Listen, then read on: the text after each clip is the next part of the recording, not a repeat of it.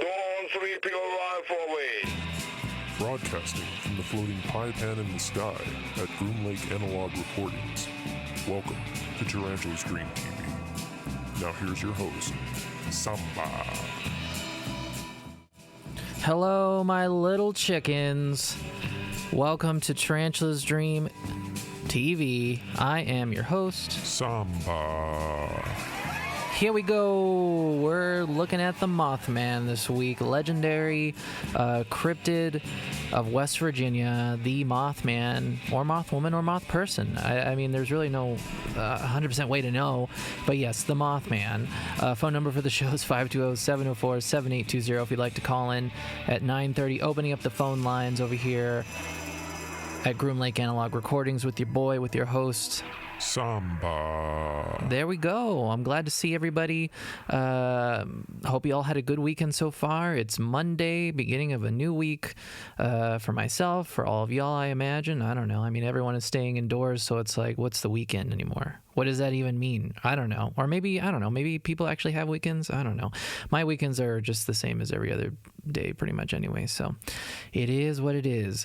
Anyway, so before we get into the old meat of the night, I want to get into a couple of headlines over here. This one's coming from NBCnews.com. Georgia Secretary of State's office opens inquiry into Trump phone call. Georgia Secretary of State Brad Raffensperger's office has opened an investigation into former President Donald Trump's January 2nd phone call with Raffensperger, where Trump urged him to overturn the state's election results. All I want to do is this. I just want to find 11,780 votes, which is one more than we have because we won the state, Trump told Raffensperger in the phone call, which is expected to play a prominent role in the former president's impeachment trial this week. Raffensperger's office confirmed it had opened the inquiry after receiving a complaint about President Trump's conduct. The Secretary of State's office investigates complaints about Trump's conduct. I just read that twice. The Secretary of State's office investigates complaints it receives. The investigations are fact-finding and administrative in nature. Any further legal efforts will be left to the Attorney General, said Walter Jones, a spokesman for Raffensperger's office. So there you go. The impeachment trial is incoming. I believe it starts tomorrow. And look at that. Already some investigations into some of these phone calls and different comings and goings of the former president, Donald Trump. So we'll see where this leads, if anywhere. I don't know. It could just be all political theater at this point. And with the impeachment trial going to be dominating the news here in a second, I don't know. This might kind of fall to the wayside, but we'll have to wait and see. And my last headline is coming from Wired.com. And this one's a pretty scary one. A hacker tried to poison a Florida city's water supply, officials say. Around 8 a.m. on Friday morning, an employee of a water treatment plant in the 15,000-person city of Oldsmar, Florida, noticed that his mouse cursor was moving strangely on his computer screen out of his control, as local police would later tell it. Initially, he wasn't concerned. The plant used the remote access software TeamViewer to allow staff to share screens and troubleshoot IT issues, and his boss often connected to his computer to monitor the facility's systems. But a few hours later, police say, the plant operator noticed his mouse moving out of his control again. This time, there would be no illusion of benign monitoring from a supervisor or IT person. The cursor began clicking through the water treatment plant's controls. Within seconds, the intruder was attempting to change the water supply's levels of sodium hydroxide, also known as lye or caustic soda, moving the setting from 100 parts per million to 11,100 parts per million. In low concentrations, the corrosive chemical regulates the pH level of potable water. At high levels, it severely damages any human tissue it touches. According to city officials, the operator quickly spotted the intrusion and returned the sodium hydroxide to normal levels. Even if he hadn't, the poisoned water would have taken 24 to 36 hours to reach the city's population, and automated pH testing safeguards would have triggered an alarm and caught the change before anyone was harmed, they say. So yeah, it's very scary kind of idea that our water supply, everything's automated now, or at least everything is connected to, not necessarily to the internet or to some sort of some sort of networking system. And at any time, depending on the security levels and how you connect to these systems, someone can just kind of connect and do what they want to do. I mean, fortunately, there are a lot of safeguards, especially with like a water supply. I imagine it wouldn't be particularly easy to allow this to happen to fruition, to get this a poisoned water supply into the population. But it's still very concerning that someone would be able to use something like TeamViewer, which is a free software, and essentially just kind of hack into the system. Put the sunglasses on, hack the mainframe, and suddenly you've got a bunch of lye in your water supply at levels that would start destroying, what is this, human tissue, just damaging human tissue. That's crazy. So anyways, that's headlines for tonight. So hopefully we're hacker free over here in Groom Lake Analog Recordings at Tarantula's Dream TV. So before we get into the meat of the night, I want to check these comments. Pitaya Records, hello there, Pitaya Records. You got a little alien emoji and a saguaro. For people in the chat who don't know, and it looks like there's only a handful of viewers at this point, Pitaya Records is a DJ over at Downtown Radio 99.1 FM. So a DJ buddy of mine. Honeycomb Viper, hello there, Honeycomb Viper. It looks like my screen, it's hard to tell. Are those caterpillars and two red dots? Ooh, I know what those two red dots are. And Honeycomb Viper, the lie guy story is blowing my mind right now. What the F? It's very scary, Honeycomb Viper. This is crazy. I feel like at least people in the chat, I don't know, let me know if you're unfamiliar. But the last year we had sort of towards the end of the year, I want to say, we had that big hacking story that they were saying that potentially Russian hackers had hacked a bunch of sort of security systems here in the U.S., and then there wasn't any immediate repercussions to that. We don't know what they did, why they hacked it, what's the deal with that.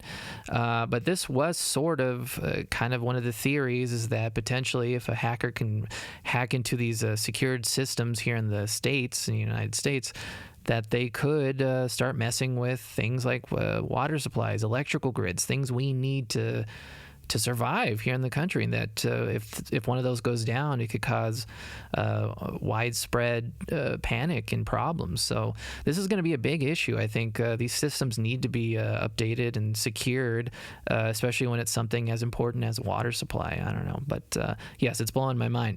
Anyway, so let's get into the meat of the night. Yeah, so we're talking cryptids tonight. We're talking, I have a series over here at Tarantula's Dream TV, and it's weird to say it's a series because I've only done one other episode about cryptids. But last season I had an episode about our good friend the Bigfoot or the Yeti or ape-like creatures, ape-man hybrid type creatures. Well, this month, or at least this week, we're going to be doing a couple episodes on the Mothman. Now, what or who is the Mothman? Now, this information comes from wikipedia.org. In West Virginia folklore, the Mothman is a creature reportedly seen in the Point Pleasant area from November 15th, 1966 to December 15th, 1967. The first newspaper report was published in the Point Pleasant Register dated November 16th, 1966, titled "Couples See Man-Sized Bird, ... creature, ... something." The national press soon picked up the reports and helped spread the story across the United States. So what I'm going to do for you right now is I'm going to throw up a slideshow of Point Pleasant, West Virginia for y'all while I read a little description of Point Pleasant, West Virginia. Point Pleasant is a city in Mason County, West Virginia. It has a population of roughly 4,400 people. Point Pleasant is most famous for the 1967 collapse of the Silver Bridge, which we'll be getting into a little later. Now, on November 12th, 1966, and this is from southernliving.com, 2 gravediggers, although some accounts say that there might have been up to 5, working in a cemetery in Clendenin, West Virginia, spotted a strange man-like figure in the trees above their heads. Now, on November 15th, Roger and Linda Scarberry and Steve and Mary Mallette were apparently the first to witness the Mothman. They described to the police a large flying man with 10-foot wings. They also said the creature had glowing red eyes. The wingspan of the creature was estimated to be up to 10 feet. The creature apparently followed them around an area outside of town known as the TNT area, a former World War II munitions plant. Now, this is from the Mothman fandom website. On November 15th, 1966, 2 young couples were joyriding around in a black 1957 Chevy to a remote hangout spot near or north of Point Pleasant known as the TNT area. One of the couples was Linda Scarberry and Roger Scarberry. The other was Steve Mallette and Mary Mallette. When they got there next to the abandoned North Power Plant, they suddenly saw two large red eyes, which reflected the light from the car's headlights. Steve noticed it first and pointed it out to the group. That is when they are said to have noticed that the glowing red eyes belonged to a strange creature. They claimed to have seen a gray man-like figure with wings go around the corner at the old power plant. They said that the creature didn't run, but wobbled like it couldn't keep its balance. Linda described the creature as having circular, fiery red eyes and a body like a man, but with wings. They said the creature was about 6 or 7 feet tall with wings folded against its back. Half man, half monster, she said. You could see muscles in its legs. The couples couldn't believe what they had seen. They quickly drove off onto Route 62. Linda yelled for Roger to hurry. The couples then saw the creature on a hill by a large billboard as they went around a curve. It spread its wings and went straight up into the air. They were all terrified and kept yelling for the driver to go faster. The Mothman began gliding back and forth over the back end of their car. We didn't know what it was. I don't think we've ever been so scared, said Linda. As they went along a straight stretch of road, they were going over 100 miles an hour, but the creature was still able to follow them. They saw it in the back window and saw the shadow go across the car as it flew. They couldn't get away from it. They could also hear the wings hitting the top of the car as they drove. It even said to have left scratch marks on Roger's 57 Chevy. It squeaked like a big mouse, said Mary Millette. They were only able to get away from the Mothman when they reached the edge of Point Pleasant. The creature disappeared, veering off into the field as they went into town. So that is apparently the very first reported sighting of the Point Pleasant Mothman from these two young couples as they were sort of hanging around this abandoned TNT area. Now, sightings of the unknown creature persisted throughout the year. The first mention of the creature came in the form of a newspaper story, and the headline was what I read a little bit earlier: "Couple sees man-sized bird, creature, or something." And I believe I actually have the newspaper itself. Maybe that's not over here. Let me see if I can find it real quick. It looks like a newspaper sighting. Oh, it is right there. There you go. Sorry about that. It looked a little weird on my display. So that's the newspaper that broke the headlines of the Mothman sighting, the couple see man-sized bird, creature, or something. Now, this is from the story. Both were slightly pale and tired from lack of sleep during the night following their harrowing experience. They speculated that the thing was living in the vacant power plant, possibly in one of the huge boilers. There are pigeons in all the other buildings, but not in that one. If I had seen it while by myself, I wouldn't have said anything, Scarberry commented, but there were 4 of us who saw it. They said it didn't resemble a bat in any way, but maybe what you would visualize as an angel. They heard a sound like wings flapping, and they said the bird rose straight up, like a helicopter. This doesn't have an explanation to it, Millette said. It was an animal, but nothing like I've seen before. I'm a hard guy to scare, Scarberry said, but last night I was for getting out of there. Now, this is from NPR.org, and this is a little description of what the TNT area, what it looked like and what it was used for, and I actually have a little slideshow of the TNT area bunkers that I'll be describing right here. TNT area was devoted to an ammunition manufacturing facility that employed a few thousand people at its peak. For safety reasons, the explosives were stored in bunkers or igloos, strategically scattered across the territory and disguised by a thick layer of earth.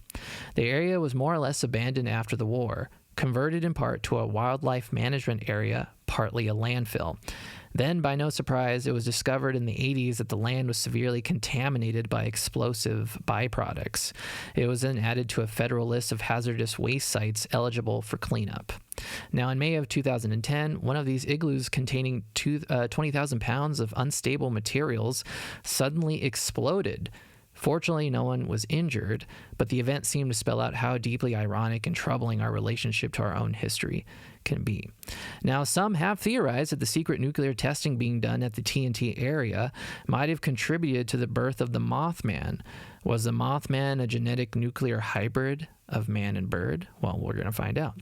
Now, after the initial reports and sightings from around the area, many in the town flocked to the TNT area in an attempt to catch a sighting of the creature, but most walked away empty-handed. So unfortunately, a lot of people were gathering around this TNT area, but didn't really have a sighting of their own for the most part. But there are additional sightings of the Mothman that we will get into. Now, one theory about what the Mothman what is it? maybe it's just a freaking bird. Now, roughly around the same time that the Mothman sightings began to appear in 1966, the migration of sandhill cranes apparently was also taking place. Now, this is also from Wikipedia. The sandhill crane, or the Antigone canadensis, is a species of large crane of North America and the extreme northeastern Siberia. Now, I'm going to put up some of the pictures of the sandhill crane over here, and I'll let you all be the judge of whether you think this particular bird could be mistaken as a man-like creature with 10-foot wings. But again, we'll continue. Now, the sandhill cranes are generally gray overall. Their plumage is usually very worn and stained, especially during breeding. The average weight of the species is said to be roughly 6 to 10 pounds. Average height seems to be around 2 to 4 feet, and with a wingspan of 5 to 7 feet. Now, sandhill cranes have red foreheads, white cheeks, and long, dark, pointed bills. In flight, their long, dark legs trail behind, and their long necks keep straight. Immature birds have reddish-brown upper parts and gray underparts. The sexes look alike. Now, they are considered living dinosaurs, with a 10-million-year-old crane fossil discovered in Nebraska. Another theory is the potential of a crane mutation due to the toxic chemicals still being stored at the TNT area, although none have been found. Now, lastly, owls have also seen some potential blame, although again, the size differential between a human and an owl leaves one wondering if they could be confused as each other, even in darkness. So, yeah, there is the theories that potentially all these Mothman sightings are just sightings of large birds, of sandhill cranes or owls. But even though, the most likely explanation is probably the correct one, I don't know if I buy that. I don't know if I buy with, the slideshow going right now that these birds, even as large as they get, that people could mistake them as human-like with 10-foot wings when they're, maybe 5-foot wings, 7-foot wings, which are, pretty close to 10, give or take, that these can be confused as human? I don't know. Even in the dark? I don't know. Maybe I'm just maybe I'm not giving these sandhill cranes as much credit as I should, but ultimately in my view, I don't know. I don't think they look particularly human-like, and I don't know if I would say that that's what people were saying.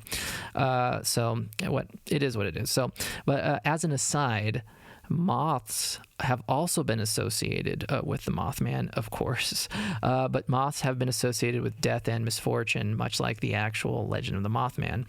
Now, in Mexican and Caribbean folklore, moths entering one's house is seen as bad luck and potentially a sign of an impending death if there is sickness in the house. Moths are known as mariposa de la muerte in Mexican folklore.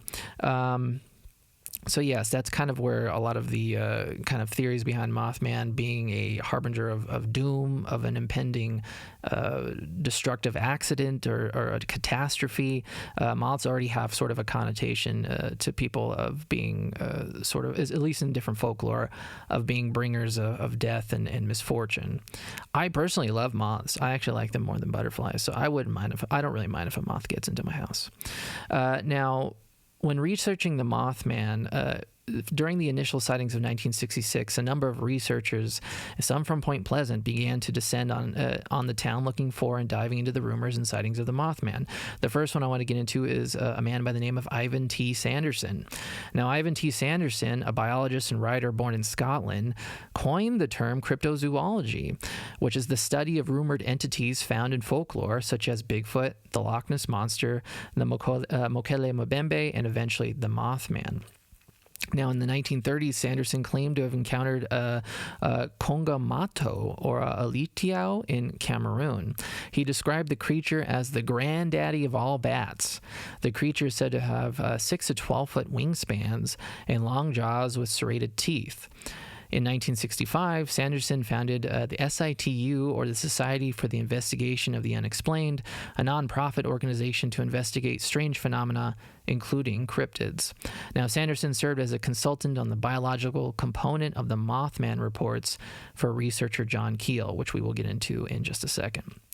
Now, the next piece of the puzzle researcher-wise is Mary Hyre. Now, Mary Hyre, a newspaper reporter for the Athens Messenger, wrote a number of articles detailing the strange occurrences surrounding the area of Point Pleasant. Her column, Where the Waters Mingle, detailed sightings of the Mothman, UFOs, sightings of a headless soldier, and other high strangeness surrounding the area. Now, writing on a recent UFO sighting, Mary concluded, the origins and motivations of these creatures, if they are real, can only be speculated. But millions of people throughout the world are now convinced that something is going on and that there is somebody out there. More and more respected scientists are beginning to take the matter seriously as they delve into the question of life on other worlds. Now, Mary Hyre had a close working relationship with another Mothman researcher, John Keel. So here we go. This is the granddaddy of Mothman researchers, John Keel. Now, John Alva Keel was born in 1930, an American journalist and writer of the seminal investigative book on the Mothman Prophecies. Now, as a child, Keel was an avid reader, mostly enjoying books on magic, humor, science, and travel. At the age of 18, Keel described a rumored UFO event in his home in Times Square. He said he remembered the room filling with an indescribable light, a pinkish glow. This event helped set Keel off on an investigative journey into the paranormal and unexplainable. He joined the Army in 1951, claiming to have been trained in psychological warfare as a propaganda writer. In 1966, Keel began investigating UFO sightings around the world. This research led to some strange occurrences, including his phone and mail being tampered with, visits from people he dubbed Men in Black, and more. After hearing of the sightings of Scarberry and Millette, Keel decided to travel to Point Pleasant to investigate the sightings of the Mothman. This research culminated in the publishing of his book, The Mothman Prophecies, which we're going to look at right now. Before I look at the Mothman Prophecies, let me look at some of these comments, as it looks like I had quite a few roll in. Celia, where did you say those cranes are from? It's pretty creepy seeing one standing in the street randomly at night. So, well, apparently the sandhill cranes come from North America and the extreme northeastern Siberia. So, some in the States and some from Siberia. I could see that because from a distance, they're standing there looking at you. I mean, I can say now, they do say that that a lot of birds, especially sandhill cranes, that when you shine light in their eyes, especially at night, they can glow red at you as they're kind of like reflecting back. But again, in my opinion, I don't know. I feel like I'd be able to tell the difference between even a large bird and a human, even like an ostrich or something, an emu, something really big that is human size, at least tall. They're tall. I don't know. I think I still be able to tell. I don't know. Maybe my in-studio producer, Taban, she's not in the studio tonight. Maybe they'd be able to answer the question because they do have sight issues. They wear glasses, and maybe without glasses, they'd mistake them for humans. I don't know. Celia, sad about that superstition, but I get it. Yes, the moth superstition. Celia, maybe not sad, but hope one doesn't fly into my house. I love moths. I don't know what it is. I think they're beautiful creatures. I love looking at fuzzy moths. They look like little fuzzy kitties. I don't know. And Celia, now that I think about it, there was a huge one hanging out outside our house one time, probably last year. I guess it was thinking about it, but didn't come in. Thank goodness, never saw one like that before. And I feel like I remember seeing that moth. Now, for anyone else on the chat, Celia, we live in the same house. We're roommates. So I remember seeing that moth, I think, or maybe you sent me a picture of that. And it was a big boy. It was a big boy or a big girl. I don't know. It was a big moth. And, I don't know. I enjoyed it. If it flew into my room, I wouldn't really care, but, say la vie. Anyway, so it's the just about the bottom of the hour over here on Tarantula's Dream TV. So I'm going to open up the phone lines for open lines. Let me get the old open lines over here. There we go. Oh, I'm upside down. I don't know. Let me flip that camera around over here. Sometimes that happens when you don't flip it before you start the stream over there. Anyways, phone number for the show is 520-704-7820 over here on the show. Open line. So please, if you have any questions or comments over here on Tarantula's Dream TV, please give me a call right now. I'm here to answer your questions. And let me check the chat real quick. Eggs and Eyes, bad night vision? Probably just a moth humanoid. Well, hello there, Eggs and Eyes. My in-studio producer, Totataban. I didn't know you were on the chat. I didn't see you say hi or anything, so I didn't know you were here watching the stream. But thank you for tuning in. You're the producer. You're supposed to tell me how I'm doing over here. But anyways, welcome to the show, Eggs and Eyes. So let's get back to the old Mothman over here on Tarantula's Dream TDTV. So last I left off, I was talking about John Keel and his book, The Mothman Prophecies, which I actually have a copy of right here. Here we go. This is his book, The Mothman Prophecies, a New York Times bestseller. It's labeled as a true story, as you can see right here on the bottom. I read this book a number of years ago. A friend of mine gave this to me, and if I would recommend this book if you have like a weekend or you want to read a book about the Mothman. But even so, there's problems with this book, and I'm going to explain some of those problems here in a moment. Now, the book details Keel's attempts at investigating the high strangeness of the Mothman, but also dives into his theories on what exactly UFO sightings actually are, the Men in Black, and more. The book is interesting for its narrative approach, mixing Keel's humor with the serious subject matter of his investigations, as well as the fact that the Mothman isn't even the entire focus of the book, barely beginning to be mentioned until much later than expected, roughly chapter 6. And that is really my number one problem with this book, is it really doesn't even focus on the Mothman. It does in like maybe 3 or 4 chapters, but for a book called The Mothman Prophecies, there really isn't that much Mothman in it. There's 19 chapters. And the Mothman doesn't even come in until chapter 6. So I would recommend this book because it is interesting read. And John Keel was he actually was a very good writer, but it's not a great Mothman book. But anyway, we'll continue. Now, the book surmises that potentially the Mothman sightings are part of other numerous UFO sightings around the West Virginia area around the same time as the Mothman sighting. Now, I'm going to read a little passage from the book, beginning here in chapter 6.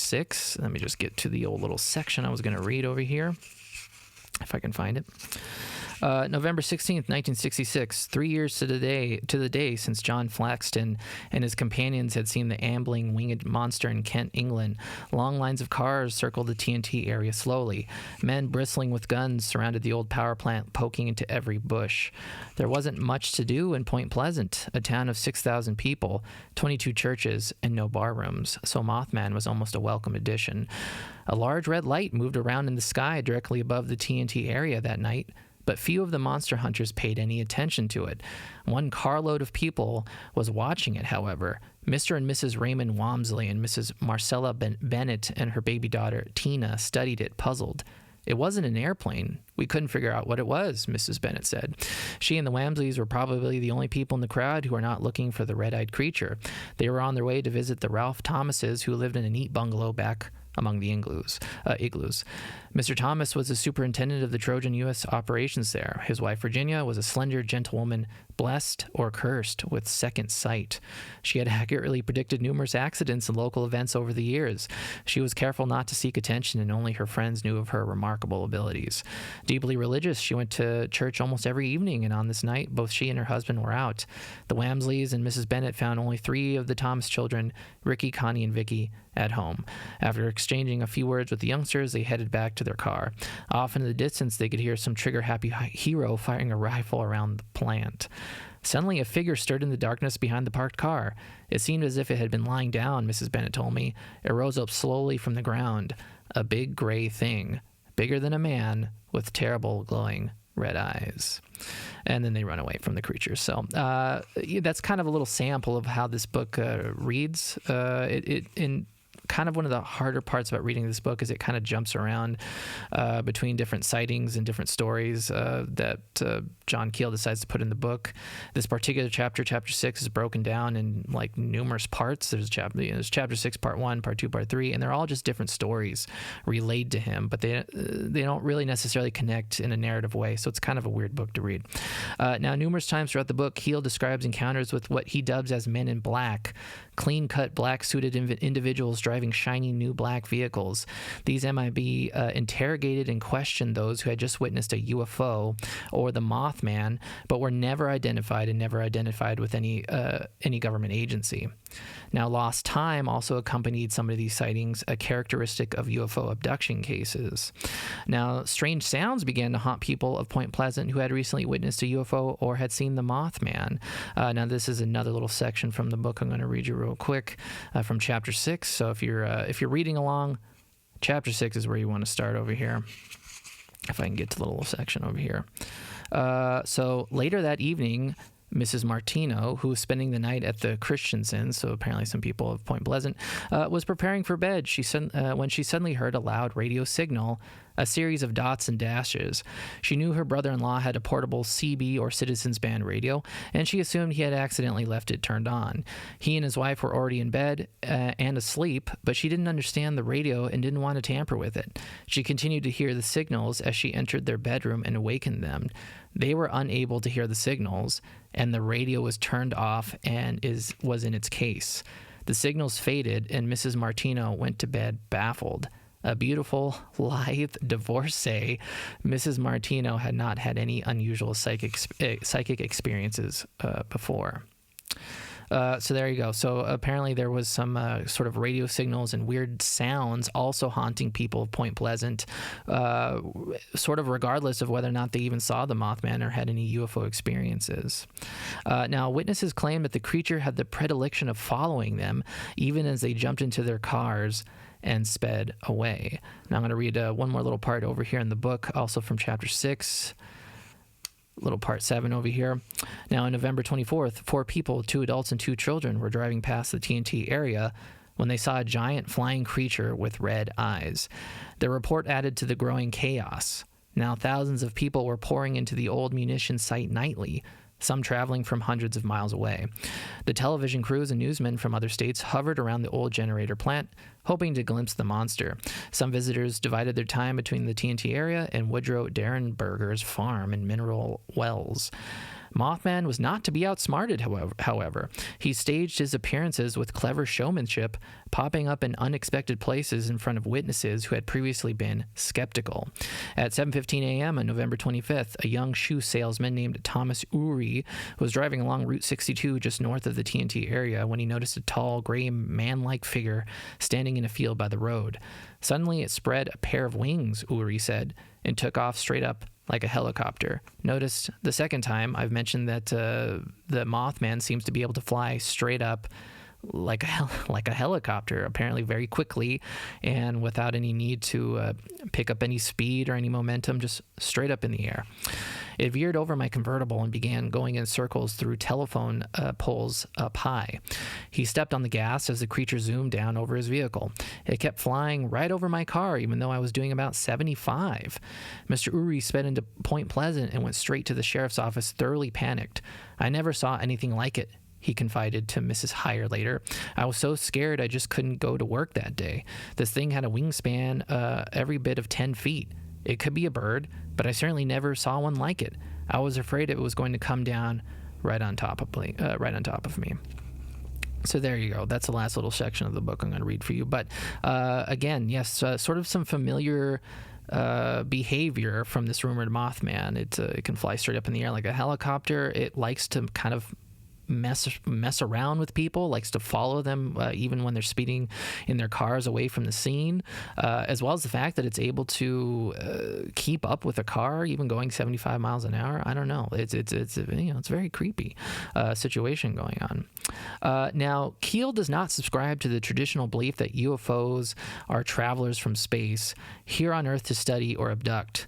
Rather, UFO sightings as well as paranormal encounters are most likely from extra-dimensional beings here to play frightening games and tricks on those they encounter, or at the very least are here on Earth for reasons that we cannot explain, although he does believe it's most likely to manipulate and control. He called these beings ultra-terrestrials, hailing from the etheric realm. Now, the objects and apparitions do not necessarily originate on another planet, and may not even exist as permanent constructions of matter. It is more likely that we see what we want to see and interpret such visions according to our contemporary beliefs. Now, that's a quote from John Keel. Now, Keel claimed to have a contact via telephone with one of these ultra-terrestrial beings that he dubbed Mr. Appel. Appel talked with Keel on many topics, including Mothman and UFOs. Now, I do have a copy of a letter that Keel wrote that describes some correspondence with Mr. Appel. So I'm going to put that up right over here real quick. If I can get that, just give me 1 second to pull this up for you. And then I'm going to read along with you because you're probably not going to be able to to read it because it is going to be scrolling along over here. So it says, a long-distance call from West Virginia informed me that Linda Scarberry woke up this morning with one eye swollen shut. Linda is pregnant. Connie Carpenter, who is also pregnant, has been suffering from fainting spells and blackouts down there. Mrs. Thomas, the Point Pleasant visionary, has had some new visions indicating that Mothman is very dangerous. She also says she has seen, quote-unquote, an army of dark-skinned people causing some kind of riot around the Mariette plants. This is the first time she has had a totally negative vision of the situation, and she is scared. A few weeks ago, Doris Lilly of Point Pleasant woke in the middle of the night and saw a man in a checkered shirt standing over her bed. No details as yet. Dan Drazen returned from West Virginia on Monday and is trying to make plans to go down again next week. I may go with him. Looks like things are happening there again. In an attempt to learn more about what is going on, I asked Jay to invite Appel, or Mr. Appel, to her house tonight. At 11 p.m., I talked with him for over an hour on the phone. He is still not quite himself. He warned me not to go to West Virginia. That would be dangerous for me. He said that the Mothman is some type of creature from under the earth, which has been dormant for centuries and is now being brought up by the enemy. They are systematically taking over all of West Virginia. He said that that these are creatures that thrive on human blood. Their occasional appearances over the centuries gave rise to our vampire legends. Like vampires, they are afraid of the cross, particularly crosses made out of gold. We discussed a great many things, and it was a fruitful conversation. Appel told me that all of the aliens are disturbed by light beams, and that the flashlights, etc., should not be used to signal UFOs. Some of the UFOs react with hostility when hit by means of light. Since light is a form of concentrated energy, it is probably that this energy disturbs the composition of both the UFOs and the aliens. I also asked about the use of ultrasonic sounds. I suggested that we might mount a series of powerful high-frequency sirens in areas inundated by the aliens. Appel said that this might be effective, but the aliens would take immediate countermeasures and destroy such sirens and their builders. Appel said that his people had only a token force in West Virginia at a place called Rodney's Point, and that they could not protect me if I went down there. And that's all I'm going to read with this Appel letter over here, because that's essentially most of what he talks about when it comes to the Mothman. But apparently, yeah, that was some correspondence between John Keel and this ultra-terrestrial being. And apparently the Mothman comes from under the earth, and is and the reason why we have vampire legends is because of creatures like the Mothman, but I don't know. I'll let you be the judge. Now, this next little section comes from a Sheffield Hallam University paper by David Clark. In the later stages of his investigation, with warnings of an approaching catastrophe reaching him by phone and mail from assorted UFO contactees across North America, Keel returned to his apartment in New York for the Christmas holidays. On December 15th, soon after President Lyndon Johnson switched on the festive lights at the White House, the broadcast was interrupted by breaking news that the aging Silver Bridge that spanned the river at Point Pleasant, linking West Virginia with Ohio, had collapsed at rush hour.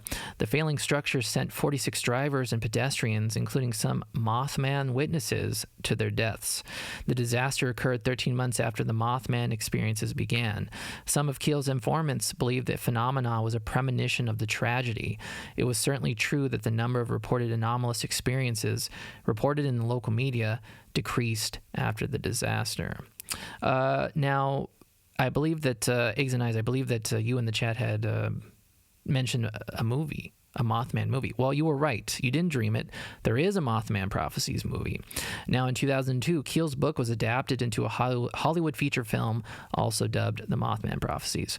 The film, starring Richard Gere as John Klein, which was a character based on Keel, tells the story of a Washington Post columnist mysteriously ending up in Point Pleasant, West Virginia, to investigate strange sightings of a creature dubbed the Mothman. The film culminates in the Silver Bridge disaster. The film was released to mixed reviews, and although based on the book, took heavy liberties with the retelling of the events described in the book and portrays the creature as more of a demonic entity, leaning heavily into the psychological thriller genre. Now, I do have the trailer for the Mothman Prophecies movie, so we're going to watch that, and I'm going to take a little break over here as my voice is getting a little hoarse as I'm just chatting away over here. So please enjoy the Mothman Prophecies movie starring the heartthrob himself, Richard Gere. There you go. Mothman Prophecies trailer. Wow-wee, that was crazy. I don't know about you, but that rocked my socks, blew me away over there. You got Deborah Messing and Richard Gere. They're having premaritals, or maybe they're married. They're probably already married in the movie, in a closet, and then boom, suddenly it's all Mothman all the time over there at the Mothman Prophecies movie. So there you go. If you want to check out this movie, it's it's not new. Yeah. It's, it was released, at this point almost 20 years ago. So there you go. But apparently it wasn't that good, much like the book. Not great. But the movie does have more to do with the Mothman, but does kind of lean into this idea that it's actually more of a demonic thing than anything else. Now, the last thing I want to get into tonight before the end of the show is I've already kind of talked about it a little bit, but the Silver Bridge. Now, this is from wikipedia.org as well. The Silver Bridge was a I-bar chain suspension bridge built in 1928 and named for the color of its aluminum paint. The bridge carried U.S. Route 35 over the Ohio River, connecting Point Pleasant, West Virginia, and Gallipolis, Ohio. Now, this is from Timeline.com. Charlene Wood was driving home at 5 p.m. on December 15th, 1967, when she felt Silver Bridge shake. The bridge, built in 1928, spanned the Ohio River between Ohio and West Virginia and served 4,000 vehicles every day.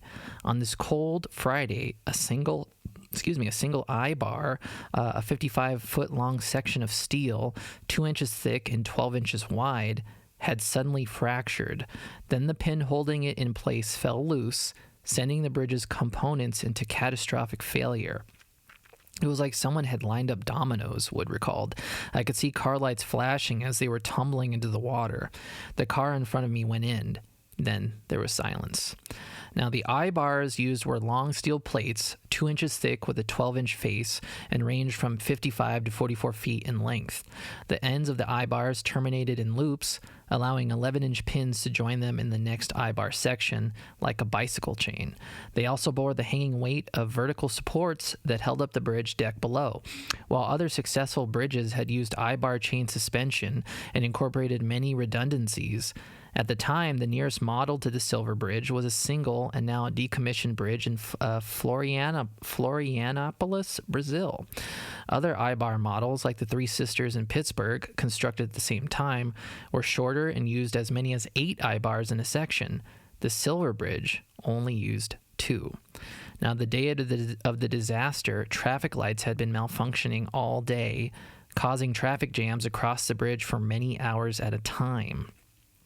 Ultimately, the bridge collapsed due to too much heavy car loads and frequently drove on the bridge, and a small, literally small, 2.5 millimeter crack in one of the I-bars. This crack would not have been seen in any previous inspection unless the I-bar was dismantled. Once one of the I-bars fails, the load on the bridge is transferred to the opposite side, in turn causing more failure as suspension bridges are based on equilibrium, and once one side is compromised, it's only a matter of time. Witnesses describe the bridge collapsing in roughly a minute. 64 people fell into the water below, with 46 dying, marking the disaster the deadliest bridge collapse in American history. After the collapse, sightings of the Mothman in Point Pleasant ceased. This led to many people theorizing that the sightings of the creature meant an impending disaster was afoot, as the creature had been sighted in other parts of the country and the world before other large disasters. Now, that's the end of the Mothman story for this evening. Now, as I just alluded to, there have been sightings of the Mothman in other parts of the world and other parts of the country, and that is what we're going to look at on Wednesday's show, because the story of the Mothman It's still going on, baby. It's not over. So we're going to be looking at that on Wednesday. But for tonight, I'm going to be looking at some of these chat questions and comments over here because it looks like it has, it's blown up over here.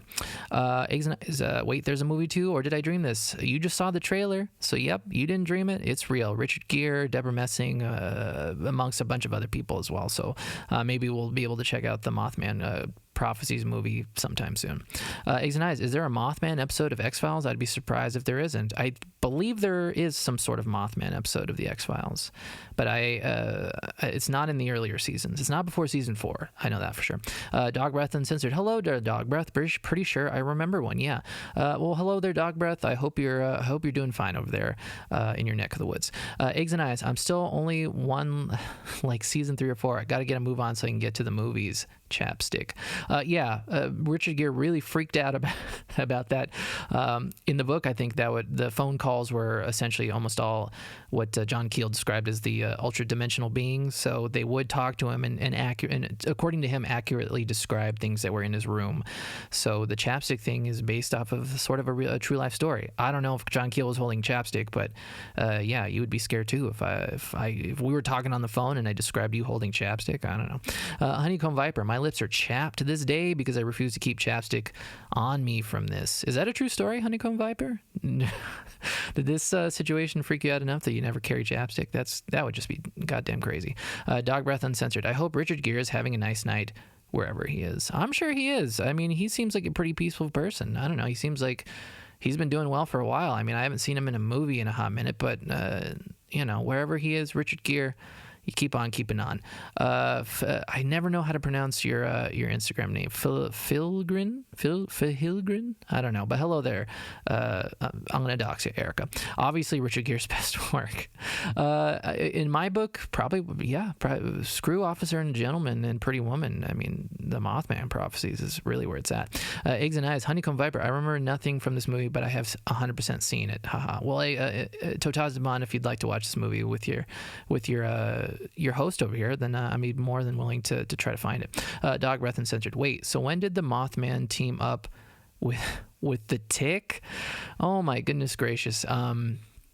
Apparently back in 2002. That was when the movie came out, right? 2002. Yes, that is when the Mothman and the Tick got together. Obviously, I'm a big fan of the Tick over here. Mostly the original, quote unquote, the original Tick, the cartoon, and the Patrick Warburton Tick.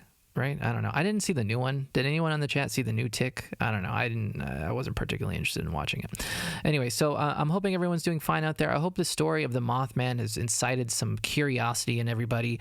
It is one of my favorite sort of American cryptid situations. I love cryptids. I like the idea of strange creatures that have evaded intense scrutiny and discovery and kind of just appear. John Keel's theory that the Mothman, as well as UFOs and other strange anomalies, are essentially just interdimensional beings that just kind of pop in whenever they feel like it, and for no real reason other than just kind of to like mess with humans. I think that's a very interesting theory, especially with sort of some of the more modern UFO kind of theories floating about that potentially they're not space travelers, they are interdimensional beings. I had a conversation last season with one of my occult buddies, Dale, and I had asked him about his idea, what he thinks the implications would be if UFOs ended up being interdimensional beings, or even potentially demons, which are also kind of a theory as well. And he did not like that theory, mostly because he felt as though it was quite frightening, the idea of aliens, extraterrestrials, or cryptids, Bigfoot, Mothman, what have you, being interdimensional beings as opposed to being just a sort of an ancient creature that is just evades the human eye. That is a very scary idea, because then at that point you really have nowhere to run, nowhere to hide if a creature wants to encounter you, whether you want it or not. So it's a very scary idea. I'm hoping that that's not the case, but it would make sense. It would make sense in the sense that we're not able to find these creatures particularly easily. And if they're just interdimensional beings kind of popping in and out when they feel like it, that would explain a lot going forward. So I'm hoping everyone on the chat doesn't have a run-in with the Mothman, especially if this creature means an impending disaster, impending doom for you and yours. So please stay Mothman free out there. But if you do have any interaction with any kind of cryptids or moth people, Mothmen, please let me know. Give me a call. 520-704 even when the show is off the air and the phones are always open. You're not going to chat with me, you can leave a message, but I can get back to you, and we can talk cryptids, and if you have any crazy cryptid stories. And the last thing I want to leave you off is another phone number. So on Wednesdays we have a new segment over here on the show, What You Thinking About, with Spumoni. Spumoni is my good friend. He's an extraterrestrial, or in John Keel's words, an interdimensional being, and they're here to answer all your questions, whether it's relationship advice, financial advice, if you want to know about space and time, whatever. If you want a good baked bean recipe, please give Spumoni a call. The phone number for Spumoni is 415-857-1154. So please give him a call as well, because he is waiting for your phone calls and your questions. He just has so much love for everybody, and he just wants to chat with everybody. So anyways, that is the end of the show for this evening. It's about the top of the hour, and I'm going to be signing off here. I want to thank everyone for tuning in to Tarantula's Dream TV, broadcasting live across the airwaves every Monday and Wednesday from 9 to 10 p.m. On Wednesday, we'll be diving into some more modern Mothman stories, because he is still being sighted across the world, across the globe, in the United States, and we're going to be getting into that, as well as what's going on with Point Pleasant, West Virginia. They really cashed in on this on this Mothman situation, so we're going to be looking at that as well. So please, everybody, stay safe out there, wear a mask, social distance if you can, and remember, it is a weird, weird world. Take care.